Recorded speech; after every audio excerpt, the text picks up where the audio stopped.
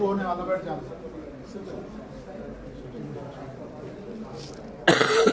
سب باتیں کرتے ہیں.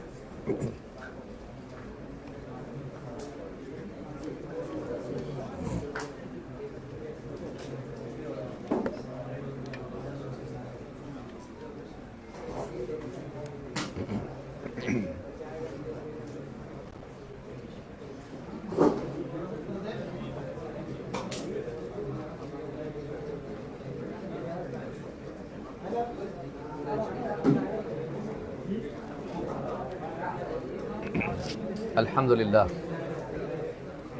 الحمدللہ معاذ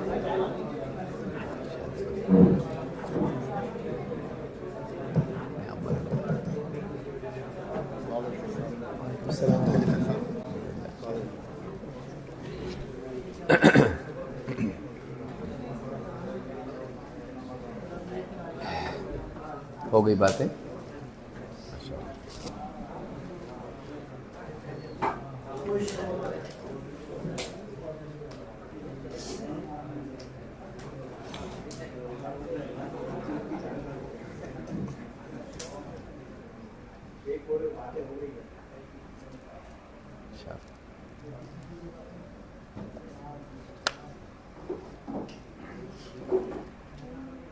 الحمدللہ رب العالمین والصلاة والسلام علی سید الانبیاء والمرسلین نبینا محمد وعلی آلہ وصحبہ اجمعین اما بعد. پچھلی مجلس میں ہم نے اخلاص کے بارے میں دیکھا اور ریاکاری، الریا اور السمعہ کا باب دیکھا، جس سے معلوم ہوتا ہے کہ ہم کو اپنی نیکیوں کو چھپانا چاہیے اور شہرت کی غرض سے نیکیوں کو دکھانا، دکھاوا کرنا یا نیکیوں کو سنانا یہ اچھی چیز نہیں، بلکہ آخرت میں ایسا آدمی ذلیل ہوگا، کیونکہ اللہ تعالیٰ اس کے دکھاوے اور اس کے سناوے کی حقیقت کو ظاہر کر دے گا. اگلا باب باب نمبر 37 باب من جاہد نفسہ فی طاعت اللہ. اس بات کا بیان، اس شخص کا بیان جو اپنے نفس سے مجاہدہ کرے اللہ کی طاعت میں. دراصل یہ ایک حدیث ہی کا متن ہے جس میں اللہ کے نبی صلی اللہ علیہ وسلم نے فرمایا المجاہد من جاہد نفسہ فی طاعت اللہ، یا بعض روایتوں میں فی اللہ، کہ واقعی مجاہد وہ ہے جو اللہ کی فرما برداری کرتے ہوئے، فرما برداری کرنے کے لیے اپنے نفس سے مجاہدہ کرے.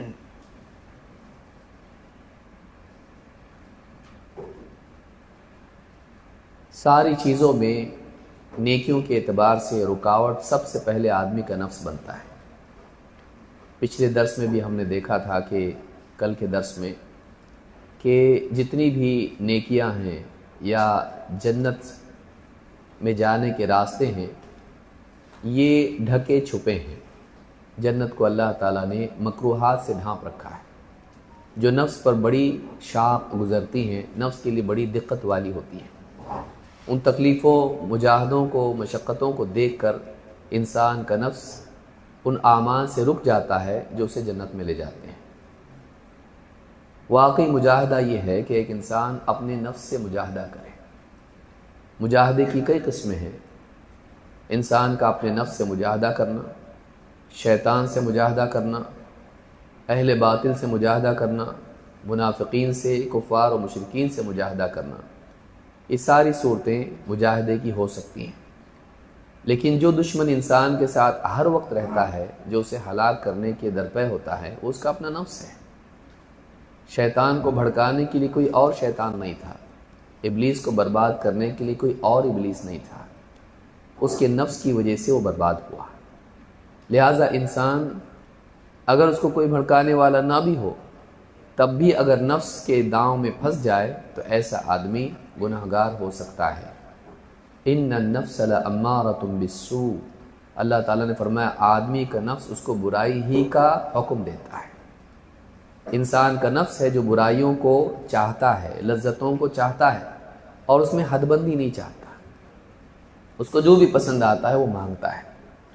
اور پھر یہی کمزوری انسان کے نفس کی ہے جس کی وجہ سے شیطان برائیاں بھی اس کو خوبصورت کر کے دکھاتا ہے اور نفس اس کو مانگتا ہے، اور مجبوراً انسان ان چیزوں میں واقع ہو جاتا ہے کیونکہ وہ اپنے نفس کو کنٹرول نہیں کر پاتا ہے۔ تو یہ باب دراصل اس اعتبار سے ہے کہ انسان کو اپنے آپ کو کنٹرول کرنے آنا چاہیے۔ انسان کی اصل کمزوری یہ نہیں ہے کہ باہر سے شیطان اس کو بھڑکاتا ہے، اس کی اصل کمزوری یہ ہے کہ اندر سے اس کا نفس شیطان کی ترغیبات یا دنیا کی زیب و زینت کو دیکھ کر اس کی طرف لپکتا ہے۔ اور انسان کا اگر تقوی مضبوط ہو تو نفس کو لگام مضبوط ہوتی ہے، لیکن اگر تقوی انسان کا کمزور ہو تو پھر نفس اس کو گھسیٹ کر لے جاتا ہے۔ ویسی جیسے آدمی کی گاڑی ہے اور اس کا بریک اگر مضبوط نہیں ہے تو آدمی بریک دبانے کے باوجود بھی گاڑی رکتی نہیں ہے، اور جتنی سپیڈ میں گاڑی ہوگی اتنی زیادہ مشکل ہوتی ہے اس کو کنٹرول کرنا، اس کو روکنا، وہ ٹکرا کے ہی رکتی ہے۔ اسی طرح سے بہت سارے لوگ ہیں جو گناہوں سے رکنے کے لیے اپنے آپ پر قابو پانے کی کوشش کرتے ہیں، لیکن چونکہ ان کو سیلف کنٹرول اتنا نہیں ہوتا ہے، لہٰذا کئی مرتبہ وہ کنٹرول کی کوشش کمزور ہونے کی وجہ سے گناہوں میں گر جاتے ہیں، جیسے آدمی کھائی میں گر جاتا ہے بریک لگانے کے باوجود۔ تو اصل مجاہدہ یہ ہے کہ آدمی کا جو نفس جانور کی طرح ہوتا ہے جو ہر لذت کو چاہتا ہے اور قابو میں نہیں آتا، آدمی اس کو عادت ڈالے قابو کرنے کی۔ اصل مجاہدہ یہ ہے کہ آدمی اپنے نفس کو قابو میں رکھے اور اس کے خلاف اللہ کی فرما برداری کرے۔ نفس نہیں چاہتا ہے مشقت اٹھانا، نفس نہیں چاہتا ہے لذتوں میں حد بندی رکھنا، لیکن انسان کے اوپر یہ ذمہ داری ڈالی گئی ہے کہ وہ نفس کی نہیں مانے، وہ اللہ کی مانے، وہ شیطان کی نہیں مانے، وہ اللہ کی مانے۔ تو نفس کے خلاف مجاہدہ کر کے آدمی کو نیکیاں کرنی پڑتی ہے، نفس سے لڑ کر آدمی کو گناہوں سے رکنا پڑتا ہے۔ انسان کے اندر اللہ تعالیٰ نے مادہ رکھا ہے اور یہی اس کا امتحان ہے، یہی اس کا امتحان ہے۔ حقیقی مجاہد وہ ہے جو اپنے نفس کے خلاف جہاد کرے۔ اس لیے باہر کے دشمن سے لڑنا آسان ہوتا ہے، یا ہم کہیں باہر کے دشمن سے لڑنا مشکل ہے، لیکن اندر کے دشمن سے لڑنا اس سے زیادہ مشکل ہے۔ اسی لیے اللہ کے نبی صلی اللہ علیہ وسلم نے فرمایا لیس الشدید بالسرعہ انما الشدید الذی یملک نفسہ عند الغضب۔ پہلوان وہ نہیں ہے جو کشتی میں دوسرے کو پچھاڑ دے، دوسرے کو پچھاڑ دے، سامنے کوئی ہے اس سے لڑ کے اس کو پچھاڑ دیا، غالب آ گیا اس کے اوپر۔ کہا کہ واقعی پہلوان وہ ہے جو غصے کے وقت میں اپنے آپ پر قابو رکھے۔ دوسرے پر قابو پانا یہ اگر مشکل ہے تو جذبات کی رو میں اپنے اوپر قابو پانا یہ زیادہ مشکل ہے۔ اصل بہادری دوسروں پر غالب آنا نہیں ہے، اپنے نفس پر غالب آنا ہے۔ اس لیے کہ دنیا میں انسان کی اکثر ناکامیوں کا سبب یہ ہوتا ہے کہ وہ اپنے آپ کو کنٹرول نہیں کر پاتا ہے۔ نہیں بولنے کے وقت میں بول دیا، تعلقات خراب ہو جاتے ہیں، نہیں کرنے کے وقت میں کچھ کر دیا، فسادات ہو جاتے ہیں۔ انسان اپنے آپ پر قابو نہیں رکھ پاتا ہے اور رکنے کے وقت میں بھی آگے بڑھ جاتا ہے۔ اس وجہ سے سماجی زندگی میں، خاندانی زندگی میں، سیاسی زندگی میں، دینی زندگی میں کئی نقصانات اس کو اٹھانے پڑتے ہیں۔ یہ اپنے آپ پر قابو نہ رکھنے کا نقصان ہوتا ہے۔ لہٰذا ایک آدمی سب سے پہلے اللہ کے دین کو جانے، اللہ کیا چاہتا ہے، اللہ کی پسند کیا ہے، اللہ کس کو پسند کرتا ہے، کس کو ناپسند کرتا ہے، پھر اس کی بنیاد پر اپنے نفس سے لڑے اور اس کو پابند کرے اللہ کے دین پر چلنے کا۔ یہ اس کے لیے بہت بڑا مجاہدہ اور بہت اہم چیز ہے۔ اس کے مقابلے میں فضائل جاننا کہ میں نے ایک نیکی کر لی میری نجات ہو جائے گی، یہ نفس چاہتا ہے، شیطان چاہتا ہے کہ کوئی ایک نیکی آدمی سامنے رکھے جو اس نے کی ہو، یا کبھی اللہ کی مغفرت، کبھی اللہ کی رحمت اس کو دکھا کے کہ اس کو سامنے رکھتے ہوئے آدمی کو مجاہدے سے روک دیتا ہے۔ نبی صلی اللہ علیہ وسلم اس کو پسند نہیں کرتے تھے۔ آئیے اس بارے میں ہم حدیث دیکھتے ہیں۔ عن معاذ بن جبل، یہ حدیث نمبر 35 ہے۔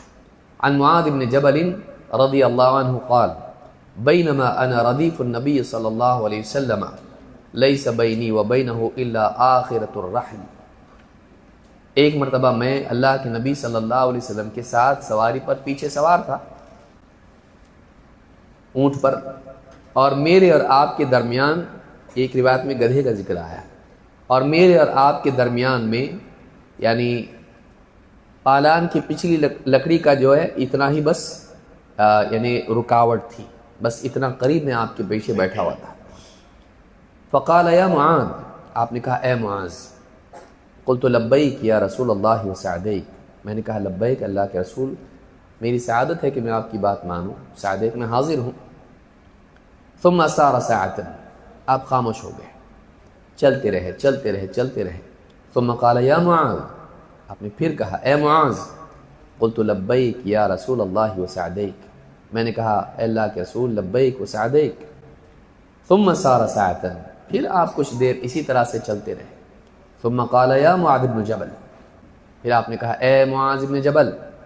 قلت لبیک رسول اللہ وسعدیک، اے اللہ کے رسول لبیک وسعدیک۔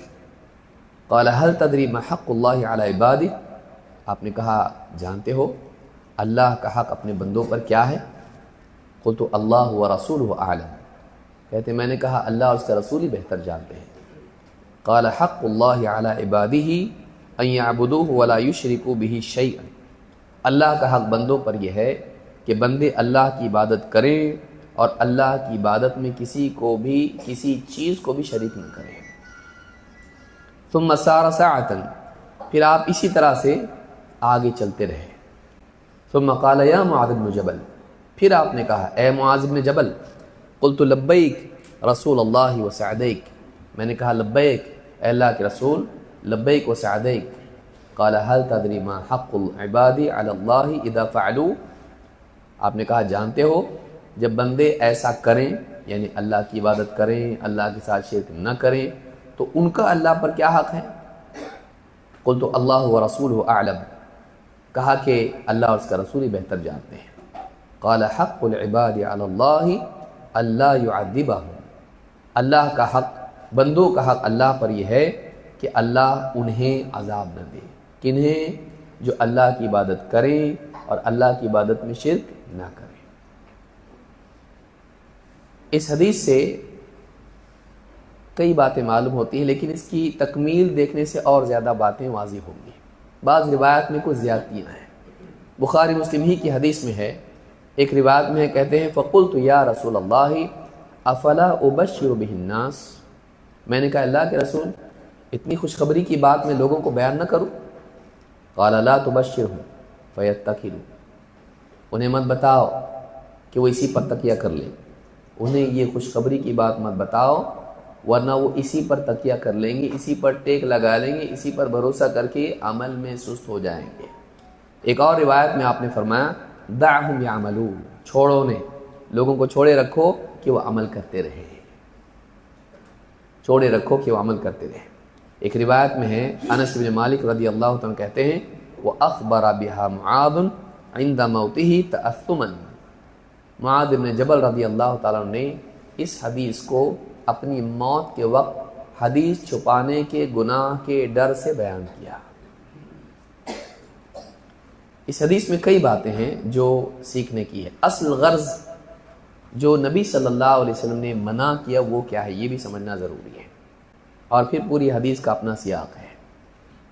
آپ صلی اللہ علیہ وسلم نے پہلے اللہ کا حق بتایا کہ بندوں پر اللہ کا حق یہ ہے کہ بندے دو کام کریں، ایک اللہ کی عبادت کریں، دو ایسی عبادت کریں جو شرک سے پاک ہو۔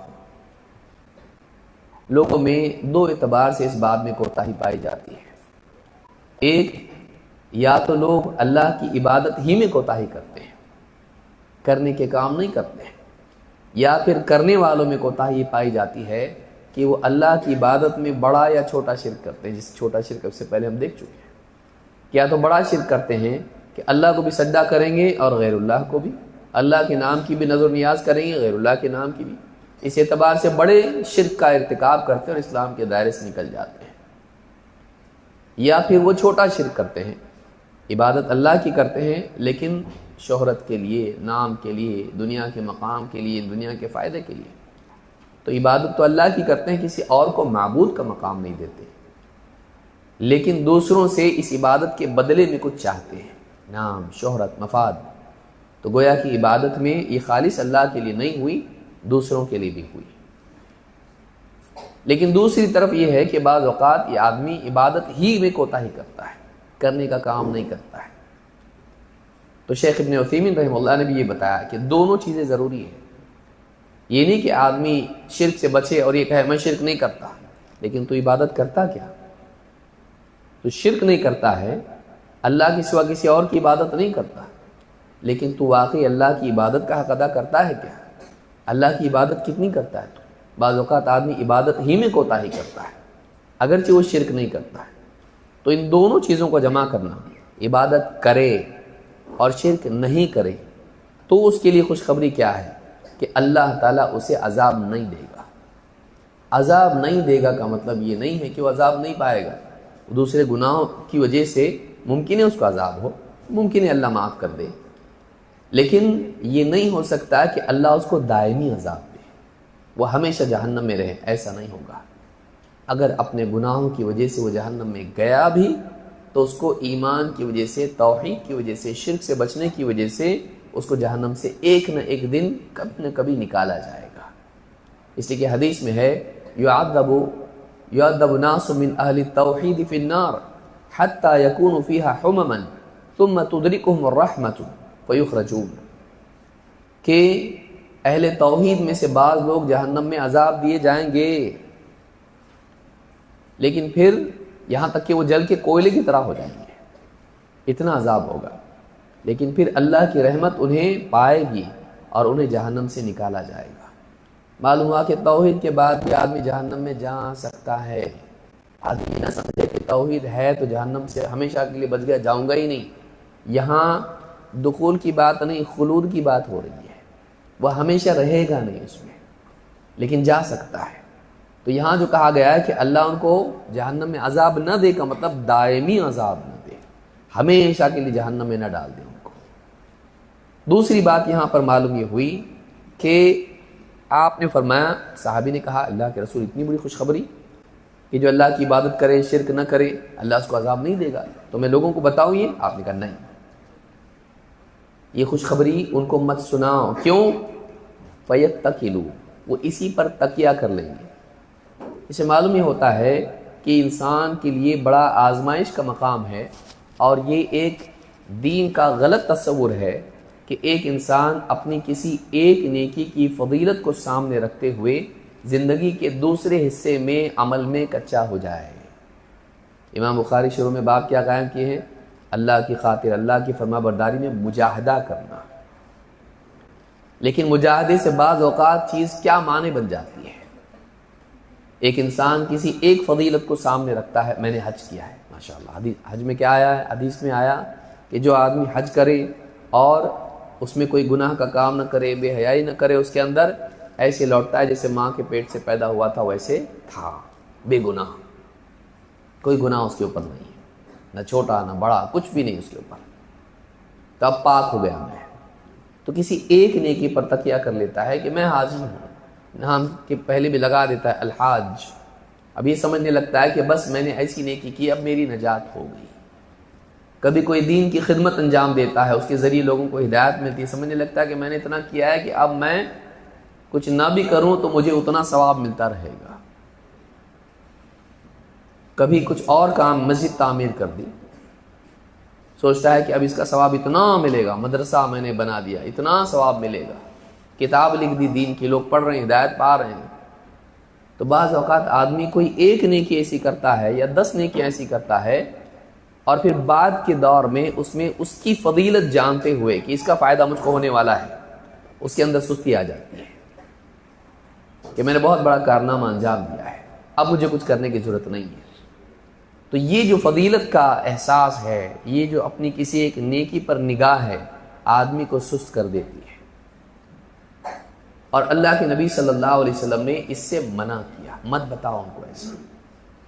کیا ہوگا اس سے وہ سست پڑ جائیں گے، معلوم ہے کہ آدمی کا کسی ایک عمل کی فضیلت کو دیکھتے ہوئے بقیہ زندگی میں سست ہونا نبی صلی اللہ علیہ وسلم کو پسند نہیں تھا۔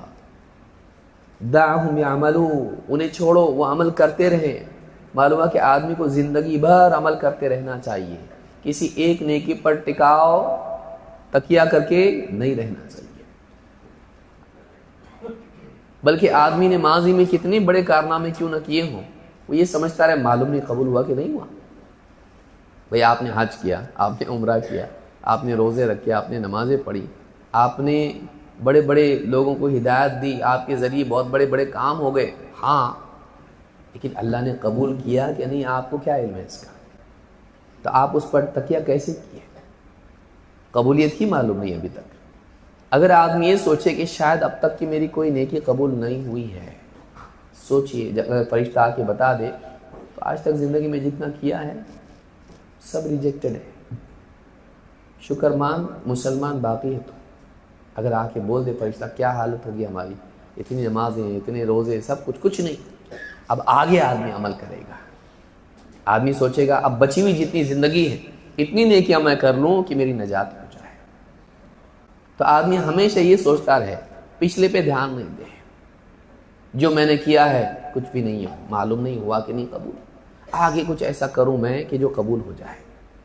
اس لیے آخری وقت میں عمر بن خطاب رضی اللہ تعالیٰ کے پاس نوجوان آیا اور کہنے لگا، آپ نے ایسا کام کیا، اللہ نے آپ کے ذریعے اسلام کو طاقت دی، پھر خلافت ملی، پھر اتنا سب کچھ ہوا۔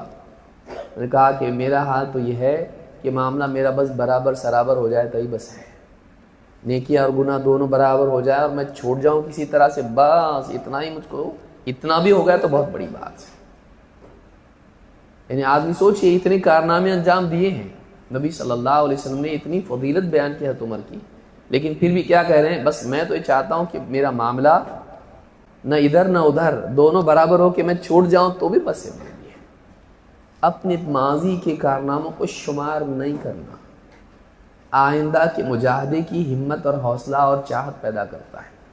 اپنے ماضی کے کارناموں پر ٹکاؤ اختیار کرنا، میں نے بہت کیا ہے، آگے کی زندگی میں سست کرتا ہے۔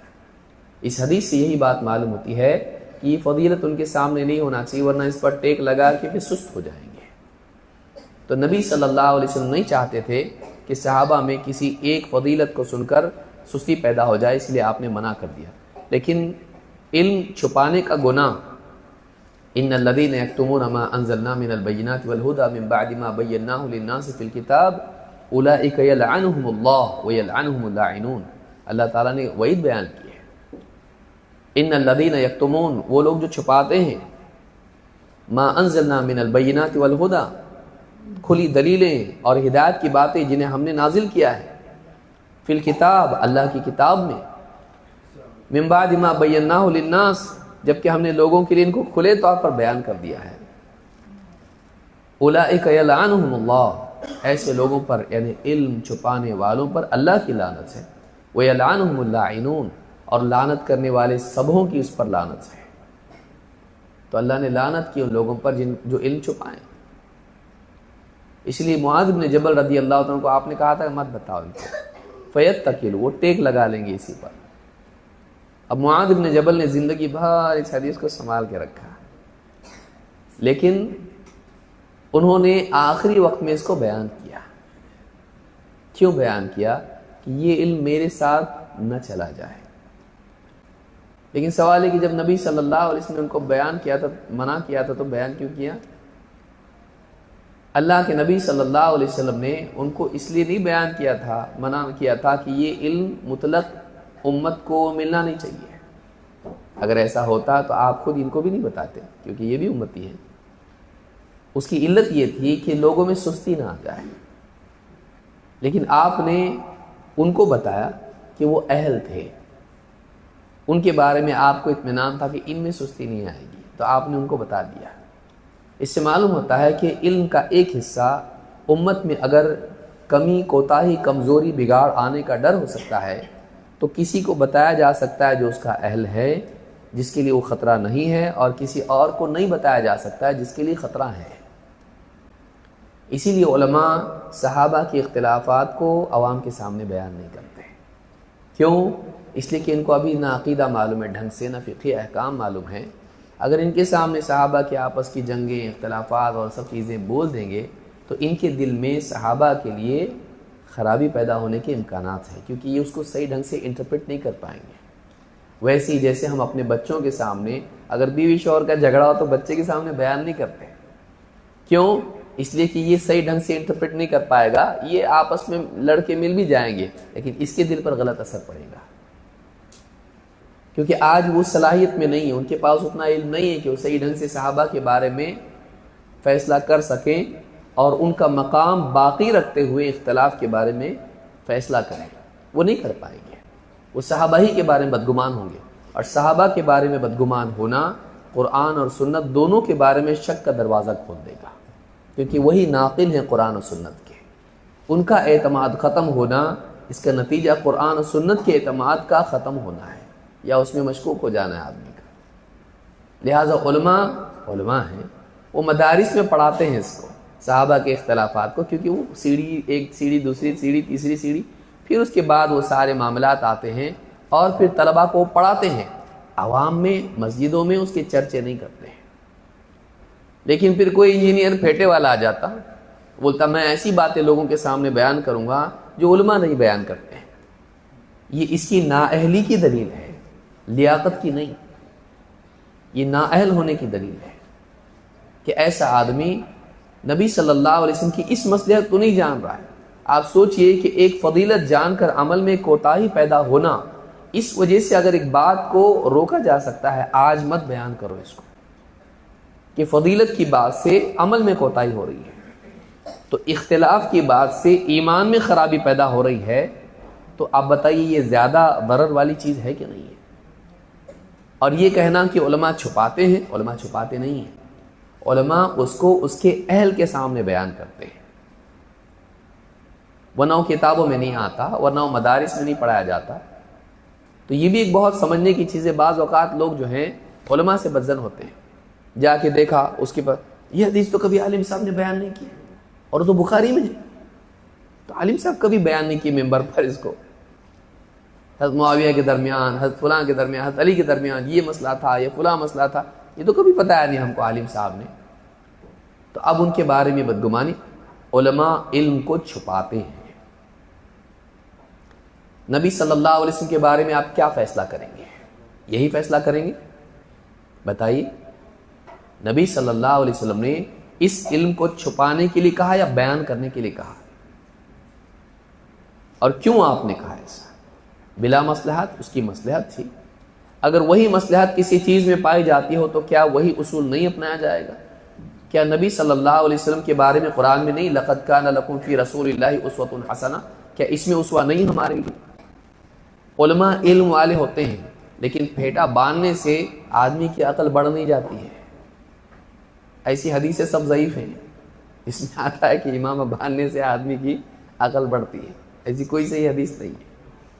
تو آدمی بعض اوقات لوگوں کے سامنے مجلس میں بیٹھ کر ایسی باتیں بیان کرتا ہے جس سے وہ بتاتا ہے کہ علماء جو نہیں بتاتے نا، وہ میری دکان پہ ملتا ہے، وہ میرے پاس ملتا ہے۔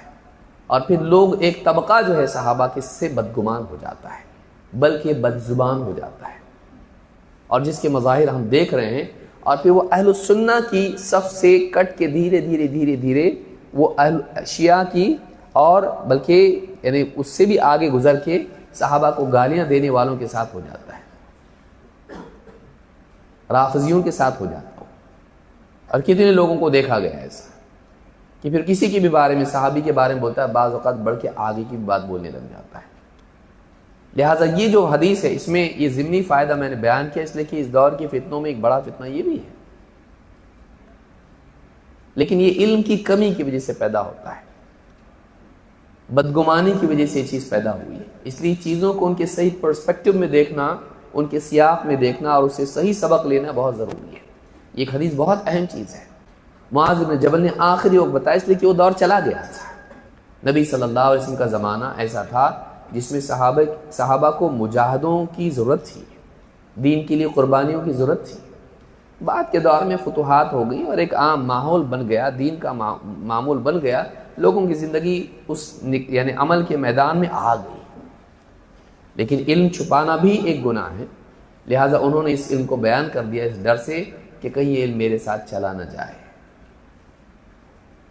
یہ نہیں تھا کہ علم کو بیان ہی نہ کیا جائے، بلکہ بیان کرنے کی بات تھی، لیکن سب کے سامنے نہیں، اس دور میں اس وجہ سے، تو انہوں نے بعد کے دور میں اس کو بیان کر دیا۔ تو یہ بہت اہم چیز ہے جس کو یاد رکھنا چاہیے، اور اس حدیث سے سبق ملتا ہے کہ کسی ایک نیکی پر، کسی ایک فضیلت کو سامنے رکھ کر عمل میں سست پڑنا اچھا نہیں، آدمی کو مجاہدہ کرتے رہنا چاہیے۔ واقعی مجاہد وہ ہے جو اللہ کی طاعت میں اپنے نفس کے خلاف مجاہدہ کرے۔ اللہ کو مجاہدہ پسند ہے، اللہ کو مجاہدہ پسند ہے۔ اللہ تعالیٰ قرآن کریم میں فرماتا ہے وَأَمَّا مَنْ خَافَ مَقَامَ رَبِّهِ وَنَهَى النَّفْسَ عَنِ الْهَوَى فَإِنَّ الْجَنَّةَ هِيَ الْمَأْوَى، وہ شخص جو اپنے رب کے سامنے کھڑے ہونے سے قیامت کے دن ڈرتا رہا اور اس نے اپنے نفس کو بری خواہشات سے روکا، وہ اپنے نفس کو بری خواہشات سے روکتا رہا، اس کا ٹھکانہ جنت ہے، اس کا ٹھکانہ جنت ہے۔ معلوم ہے کہ جنت میں جانے کے لیے اپنے نفس کے خلاف مسلسل لڑتے رہنا ضروری ہے، کیونکہ نفس انسان کو برائی ہی کی تلقین کرتا ہے۔ لیکن یہ نفس کے دام میں پھنسنا، اس سے بچنا اور نفس کی مخالفت کرنا، نفس کی نہیں ماننا، اس میں ایک بنیادی ذریعہ اور مدد اس چیز سے مل سکتی کہ آدمی اللہ کے سامنے کھڑے ہونے سے ڈرتا رہے، اللہ کے سامنے جواب دہی کا خوف نفس کی فرما برداری سے روکتا ہے، اور نتیجے میں آدمی جنت میں پہنچ جاتا ہے۔ لہٰذا آخرت کے دن کو یاد رکھنا، اللہ کے سامنے جواب دینا ہے، اس احساس کے ساتھ جینا آدمی کو نفس کی ماننے سے روکتا ہے۔ باب نمبر 39، باب قول النبی صلی اللہ علیہ وسلم بعثت انا والساعة كهاتین، باب اس بات کا بیان کہ نبی صلی اللہ علیہ وسلم نے فرمایا میں اور قیامت اس طرح سے بھیجے گئے ہیں، یعنی مجھے بھیجا گیا اس طرح سے کہ میرے اور قیامت کے درمیان کچھ نہیں، اس طرح سے آپ نے انگلیوں سے اشارہ کیا۔ بعض روایتوں میں سبابہ اور وسطیٰ دونوں کو جمع کیا۔ قرآن کریم میں اللہ تعالیٰ فرماتا ہے وما امر الساعة الا كلمح البصر او هو اقرب ان اللہ علی کل شیء قدیر۔ سورہ نحل میں اللہ نے فرمایا کہ قیامت کا معاملہ، قیامت کی گھڑی کا معاملہ تو ایسا ہے الا کلمح البصر، جیسے آنکھ جھپکنے کا معاملہ ہے، او هو اقرب، یا اس سے بھی قریب تر۔ یعنی قیامت کا قائم ہونا کوئی بہت دشوار چیز نہیں ہے اللہ کے لیے، اللہ حکم دے دے قیامت قائم ہو جائے گی، تو قیامت کا معاملہ ایسا ہے جیسے پلک جھپکنے کا معاملہ ہے، یا اس سے بھی کم وقت میں اللہ اس کو قائم کر سکتا ہے۔ ان اللہ علی کل شیء قدیر، اللہ تعالیٰ ہر چیز پر قادر ہے، اللہ ہر چیز پر قدرت رکھتا ہے۔ یعنی اس سے یہ معلوم ہو رہا ہے کہ آدمی کو ڈرتے رہنا چاہیے، قیامت قریب ہے، قیامت قریب ہے۔ لیکن آگے بات تفصیل اس کی اور آئے گی انشاءاللہ، کہ آدمی تو سوچتا ہے ابھی تو بہت ساری علامات ظاہر نہیں ہوئی ہیں، چھوٹی علامات آئی، بڑی نہیں آئی، قیامت تو ویسے بھی بہت دور ہے، آئے گا آگے۔ حدیث نمبر 36، سہل ابن سعد الساعدی رضی اللہ تعالیٰ کہتے ہیں قال رسول اللہ صلی اللہ علیہ وسلم بعثت انا والساعة هكذا ويشير باصبعيه فيمد بهما۔ اللہ کے نبی صلی اللہ علیہ وسلم نے کہا، سہل بن سعد کہتے ہیں کہ اللہ کے رسول صلی اللہ علیہ وسلم نے فرمایا میں اور قیامت اس طرح ہیں، یعنی میری بعثت اور قیامت اس طرح سے ہے، اور آپ نے دو انگلیوں کو اس طرح سے پھیلا کے کہا کہ دونوں اس طرح سے، اور بعض روایت میں یہی ہے کہ سبابہ اور وسطیٰ دونوں کو آپ نے جمع کیا، یعنی ان دونوں کے بیچ میں کوئی انگلی ہے نہیں ہے، ایک کے بعد ایک یہ ہے، میرے بعد کوئی نبی نہیں، میرے بعد کوئی نبی نہیں، میرے بعد اب قیامت ہی ہے۔ یعنی یہاں حدیث میں اس طرح سے جو آپ نے بتایا وہ یہ کہ اب ایک نبی جاتا تھا، دوسرا آتا تھا، دوسرا جاتا، تیسرا آتا تھا، سلسلہ چلتا رہتا تھا۔ اب آپ کی بعثت کے بعد اب سلسلہ ختم، اب اس کے بعد بس قیامت ہی آنا ہے، یعنی قیامت قریب ہے، اب انبیاء کا سلسلہ بند، آپ خاتم النبیین ہیں، عیسیٰ علیہ السلام آئیں گے، نئے نبی نہیں ہیں، وہ پہلے آ چکے ہیں، اور پھر اس کے بعد بچا ہوا کام کرنے کے لیے آئیں گے، تو کوئی نئی نبوت نہیں ہے، یہ اب نیا کوئی نبی نہیں آئے گا، اب بس قیامت ہی آنے والی ہے، تو بس قیامت قریب ہے، میرے بعد اب قیامت ہی ہے۔ تو آپ نے یہاں یہ بتایا کہ قیامت قریب ہے، میرے بعد قیامت ہی ہے اب۔ تو یہاں پر ابن حجر کہتے ہیں والحکمت فی تقدم الاشراط ایقاظ الغافلین وحثهم علی التوبۃ والاستعداد۔ اللہ تعالیٰ نے قیامت سے پہلے نشانیاں رکھی ہیں، جن میں سے ایک نشانی خود نبی صلی اللہ علیہ وسلم کی بعثت اور آپ کی وفات سے۔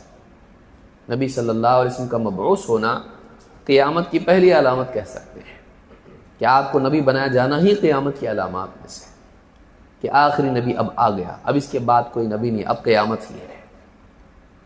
لیکن قیامت کی علامات کیوں اللہ نے ذکر کی اور کیوں نبی صلی اللہ علیہ وسلم نے بیان کی؟ اتنی ساری علامتیں بیان کی، چھوٹی بڑی علامات اس لیے بیان کی۔ اشراط شرط کی جمع ہے، جس کا معنی ہوتا ہے علامہ۔ شرط الگ چیز ہے، شرط الگ ہے۔ شرط علامت کو کہتے ہیں، اشراط اس کی جمع ہے، اشراط الساعہ۔ فقد جاء اشراطها، علامات، نشانیاں۔ قیامت کی نشانیاں کیوں بیان کی گئی حدیثوں میں؟ تاکہ غفلت میں پڑا ہوا جاگے۔ جیسے بڑھاپا موت کی علامت ہوتا ہے، اب اس کے بعد کیا؟ موت، جوانی واپس نہیں آنے والی، اب بڑھاپے کے بعد موت ہی ہے۔ ویسے ہی قیامت کے پہلے کچھ نشانیاں آئیں گی جو انسان کو بیدار کریں گی، دیکھ قیامت قریب ہے، اب تک غفلت میں سوتا رہا، اب جاگ، اب کوشش کر، آخرت کی تیاری کر، اب قیامت آنے والی ہے، حساب ہونے والا ہے، پھر جنت ہے جہنم ہے۔ تو قیامت کی علامات انسان کو تیاری پر آمادہ کرتی ہیں، اسی لیے ان کو بیان کیا گیا کہ غفلت میں پڑا ہوا انسان جاگے۔ باب نمبر 41، باب من احب لقاء اللہ احب اللہ لقاءہ۔ اس بات کا بیان کہ جو اللہ سے ملاقات کو پسند کرتا ہے، اللہ تعالیٰ بھی اس سے ملاقات کو پسند کرتا ہے۔ حدیث نمبر 37، عن عبادہ بن الصامت عن النبی صلی اللہ علیہ وسلم قال۔ عبادہ ابن صامت رضی اللہ تعالیٰ عنہ نبی صلی اللہ علیہ وسلم سے روایت کرتے ہیں کہ آپ نے فرمایا من احب لقاء اللہ احب اللہ لقاءہ ومن کرہ لقاء اللہ کرہ اللہ لقاءہ۔ کہا کہ آپ نے فرمایا کہ جو اللہ سے ملاقات کو پسند کرتا ہے، اللہ تعالیٰ بھی اس سے ملاقات کو پسند کرتا ہے۔ جو اللہ تعالیٰ سے ملاقات کو ناپسند کرتا ہے، اللہ تعالیٰ بھی اس سے ملاقات کو پسند نہیں کرتا۔ قالت عائشہ او بعض ازواجہ، حضرت عائشہ یا آپ کی بیویوں میں سے کسی نے کہا، اور بعض روایت میں یعنی تیقن کے ساتھ ہے کہ حضرت عائشہ ہی نے کہا، انا لنکرہ الموت، اللہ کے رسول ہم میں سے ہر ایک موت کو پسند نہیں کرتا ہے۔ کون پسند کرتا ہے موت کو؟ کیونکہ موت کی شدت، موت کی تکلیف ہر انسان کو اس سے تکلیف ہوتی ہے، سوچ کے ہی تکلیف ہوتی ہے کہ موت کے وقت تکلیف ہوتی ہے۔ وجاءت سکرۃ الموت بالحق، تو موت کی شدت سے ہر آدمی گھبراتا ہے۔ پھر دنیا میں اپنوں کو چھوڑ کے جانا، اور اگر دیندار ہے تو دینی مجالس سے لے کر عبادات سے لے کر دین کی خدمت اور اتنے سارے کام ہیں، دین کتابوں کا مطالعہ سے لے کے ساری چیزیں آدمی کو تو چھوڑ کے جانا پڑے گا سب کچھ۔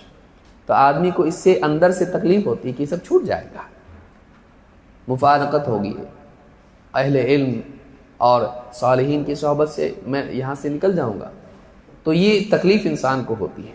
تو کہا کہ انا لنکرہ الموت، اللہ کے نبی صلی اللہ علیہ وسلم فرمایا لیس ذاک، مراد یہ نہیں ہے، یعنی یہاں موت مراد نہیں ہے۔ موت کی شدت اور تکلیف کی بات نہیں ہو رہی کہ آدمی موت کو پسند نہیں کرتا ہے تو اللہ اس کو پسند نہیں کرتا، مراد یہ نہیں ہے۔ انسان کی فطرت میں، اس کی طبیعت میں موت کی کراہت موجود ہے، اور یہ برا نہیں ہے۔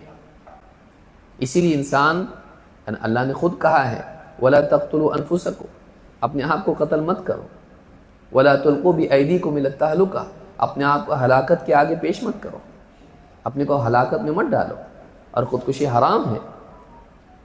تو موت مراد نہیں یہاں پہ، کہا کہ لیس ذاک، یہ بات یہ نہیں ہے۔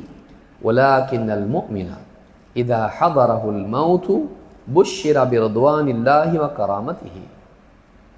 ایک ہے ہوش و حواس باقی رہنا، ایک ہے ایسی حالت کہ انسان لوگوں سے، دنیا سے منقطع ہو جائے اور آخرت کی دنیا اس کے سامنے کھلے ہیں۔ آپ نے فرمایا یہ دو حالتیں الگ ہیں۔ کہا کہ یہ مراد نہیں ہے، بلکہ مومن جب اس کو موت اس کے پاس آ جاتی ہے، اب موت آنی ہی ہے، روح قبض کی جا رہی ہے، بشر برضوان اللہ و کرامتہ، اس کو اللہ کی رضا اور اللہ کے ہاں جو اس کا اکرام ہونے والا ہے اس کی خوشخبریاں سنائی جاتی ہیں، اب تیرے ساتھ ایسا ہونے والا ہے۔ جیسے فرشتے آتے ہیں، ان الذین قالوا ربنا اللہ ثم استقاموا تتنزل علیہم الملائکہ الا تخافوا ولا تحزنوا وابشروا بالجنۃ التي کنتم توعدون، خوف مت کرو، غمگین مت ہو، خوشخبری سنو جنت کی جس کا تم سے وعدہ کیا گیا ہے۔ تو فرشتے آ کے اس کو خوشخبری سناتے ہیں۔ فَلَيْسَ شَيْءٌ أَحَبَّ إِلَيْهِ مِمَّا أَمَامَهُ، جب ایسا اس کے ساتھ ہوتا ہے کہ فرشتے آ کے اس کو آخرت میں انعامات کی، اللہ کی رضا کی خوشخبری سناتے ہیں، تو اس کے لیے جو سامنے اس کے ہے، جو اب پیش آنے والا ہے، اس سے زیادہ کچھ پسند نہیں ہوتا اس کو، مومن کو۔ اس کے سامنے جو اللہ کی رضا، اللہ سے ملاقات اور اللہ کا انعام اور جنت کی نعمتیں جو اس کو خوشخبری سنائی جاتی ہے، اب اس کو رہتا بس یہی چاہیے مجھ کو، اس کو اس سے زیادہ کچھ پسند نہیں ہوتا ہے۔ وَأَحَبَّ لِقَاءَ اللَّهِ وَأَحَبَّ اللَّهُ لِقَاءَهُ، جب اس کے ساتھ ایسا ہوتا ہے تو اس کے اندر چاہت پیدا ہوتی ہے اللہ سے ملاقات کی۔ ان خوشخبریوں کو سن کے دل میں اللہ سے ملاقات کی چاہت اور شدت پکڑ جاتی ہے، وہ بہت چاہتا ہے کہ اللہ سے ملاقات اس کی ہو جائے۔ جس اللہ کو زندگی بھر جس کی عبادت کرتا رہا، اب اس سے ملاقات کا وقت آ گیا اور خوشخبریاں سنائی جا رہی ہیں، اچھی بات آ رہی ہے، اس کا استقبال ہونے والا ہے، انعامات ملنے والے ہیں۔ اب اللہ سے ملاقات سے زیادہ کچھ پسند نہیں رہتا اس کو، تو پسند کرتا ہے کہ اللہ سے ملاقات کریں۔ وہ احب اللہ لقاءہ، تو اللہ بھی اس سے ملاقات کو پسند کرتا ہے، کیونکہ یہ اللہ سے ملاقات کو پسند کرتا ہے تو اللہ بھی اس سے ملاقات کو پسند کرتا ہے۔ وَإِنَّ الْكَافِرَ إِذَا حُضِرَ بُشِّرَ بِعَذَابِ اللَّهِ وَعُقُوبَتِهِ، اس کے برعکس کافر جب اس کی موت کا وقت آ جاتا ہے تو اسے اللہ کے عذاب اور اس کی سزا کی وعید سنائی جاتی ہے۔ فَلَيْسَ شَيْءٌ أَكْرَهَ إِلَيْهِ مِمَّا أَمَامَهُ، تو اس کے سامنے جو ہے، اب جو واقع ہونے والا ہے، جو پیش آنے والا ہے، وہ بالکل بھی اس کو پسند نہیں ہوتا ہے، بلکہ اس سے زیادہ کچھ ناپسند نہیں ہوتا ہے، وہ بھاگنا چاہتا ہے، اس سے نہیں چاہتا ہے وہ آگے جانا۔ تو کہتے ہیں کرہ لقاء اللہ وکرہ اللہ لقاءہ، اس وقت وہ کافر اللہ سے ملنا بالکل پسند نہیں کرتا ہے اور اللہ بھی اس سے ملنا پسند نہیں کرتا ہے، اللہ بھی اس سے ملاقات کو پسند نہیں کرتا ہے۔ کیوں؟ اس لیے کہ وہ جانتا نہ مجرم ہو۔ ایک بادشاہ انعام کے لیے کسی کو پیش کر رہا ہو، اس سے ملاقات کا شوق کیسا ہوتا ہے، اور ایک بادشاہ ایک مجرم کو پکڑ کے لانے کے لیے سپاہیوں کو بھیجے اور اس کو پکڑ کے پیش کیا جا رہا، وہ نہیں ملنا چاہتا ہے، کیونکہ جانتا ہے وہ ملاقات کے وقت میں مجرم ہوں، بھاگا ہوں، اب مجھ کو بادشاہ اور غصہ ہوگا، سزا دے گا، وہ نہیں ملنا چاہتا ہے اللہ تعالیٰ سے، اور اللہ تعالیٰ بھی اس سے بالکل نہیں ملنا چاہتا ہے، اللہ بھی اس کو پسند نہیں کرتا ہے۔ تو یہ حدیث ہم کو بتاتی ہے کہ ایمان والا بندہ موت کے وقت اس کو اللہ سے ملاقات کے مقابلے میں اور کوئی چیز پسند نہیں ہوتی ہے، اور کافر جو زندگی بھر اللہ کا انکار کرتا رہا، اللہ کی نافرمانی کرتا رہا، موت کے وقت اس کو بالکل پسند نہیں ہوتا کہ اللہ سے ملاقات اس کی ہو، لیکن اس کو پکڑ کے لے جایا جاتا ہے اور پھر اس کو ساری سزائیں ہوتی ہیں قبر میں، اور اس کے بعد آخرت میں وہ ساری سزائیں اس کو ہوتی ہیں۔ اللہ تعالیٰ بھی مومن سے ملنا پسند کرتا ہے۔ یہ خود اپنی ذات میں کتنی بڑی شان ہے ایمان والوں کی، کہ مومن اللہ سے ملنے کو پسند کرتا ہے تو اللہ بھی اس سے ملنے کو پسند کرتا ہے۔ اللہ کا کسی بندے سے ملاقات کو پسند کرنا کتنا بڑا شرف ہے۔ آج دنیا میں کوئی بادشاہ کسی سے ملنا پسند کرتا، ہاں میں تو ملنا چاہ رہا ہوں اس سے، اور اس کو خبر پہنچے کہ فلاں بادشاہ پورے ملک کا نظام چلا رہا ہے وہ، اور وہ اتنی بڑی شخصیت ہے، وہ مجھ سے ملنا چاہتا ہے، بتائیے وہ خود اپنی ذات میں ایک شرف ہوتا ہے۔ ساری کائنات کا رب اللہ رب العالمین کسی بندے سے ملنا پسند کرے، یہ کتنی بڑے شرف کی بات ہے۔ یہ اس کے ایمان کی بنیاد پر ہوتا ہے۔ اور مومن بھی خود موت کے وقت میں اللہ سے ملنا اس کو اتنا پسند ہوتا ہے کہ اب کوئی چیز پسند نہیں ہوتی، جو چھوڑا وہ کم ہے، جو ملنے والا ہے وہ زیادہ ہے۔ جن کو چھوڑ کے جا رہا ہے ان سے بہتر وہ ذات ہے جس سے ملاقات ہونے والی ہے۔ زندگی بھر یہ اللہ کو سب پر ترجیح دیتا رہا، اب اس سے ملنے کا وقت آیا ہے تو اس سے زیادہ خوشی کی بات اس کے لیے کوئی نہیں ہوتی ہے۔ تو یہ جو ہے یہ اس وقت کی بات ہے جب دنیا سے تقریباً اس کا انقطاع ہو چکا ہوتا ہے۔ یہ عام حالات کی بات نہیں کہ موت ارے بھائی مرے تمہارے دشمن جیسے لوگ کہتے ہیں، یہ الگ چیز ہے کہ آدمی نہیں چاہتا ہے، اپنے محبوب جو بھی ہوتے ہیں ان کی موت پسند نہیں کرتا ہے، اپنے لیے پسند نہیں کرتا ہے، یہ عام حالات کی بات ہے۔ لیکن موت کے وقت مومن اب میرا وقت آ گیا ہے، اب اللہ سے ملنا ہے، اب اس کو بہت پسند ہوتا ہے، اب تو ٹلنے والا نہیں ہے یہ، اب اللہ سے ملنے کا وقت آ گیا، اب اس کو اللہ سے ملنے سے زیادہ کچھ پسند نہیں ہوتا ہے۔ تو یہ ایمان کی فضیلت ہے، اس لیے آدمی کو چاہیے کہ وہ دنیا میں جتنا وقت اللہ نے اس کو دیا ہے، علم کے ذریعے سے، دعاؤں کے ذریعے سے، نیک اعمال کے ذریعے سے، گناہوں سے بچنے کے ذریعے سے اپنے ایمان کو ترقی دیتا چلا جائے، کیونکہ ہر نیکی ایمان کو بڑھاتی ہے، ہر گناہ سے بچنا ایمان میں ترقی پیدا کرتا ہے، علم کا ہر باب اس کے ایمان کو بڑھاتا ہے۔ علم کے ذریعے اللہ کی جتنی معرفت اس کو پیدا ہوتی ہے اس کے ایمان میں اتنی ترقی ہوتی ہے۔ دعاؤں کے ذریعے آدمی کا ایمان بہتر سے بہتر ہوتا چلا جاتا ہے۔ تو جتنا اعلیٰ درجے کا ایمان ہوگا اتنا زیادہ اس کے لیے آخرت میں بہتر ہوگا۔ وقت ہو گیا شیخ اتنا یا خیر؟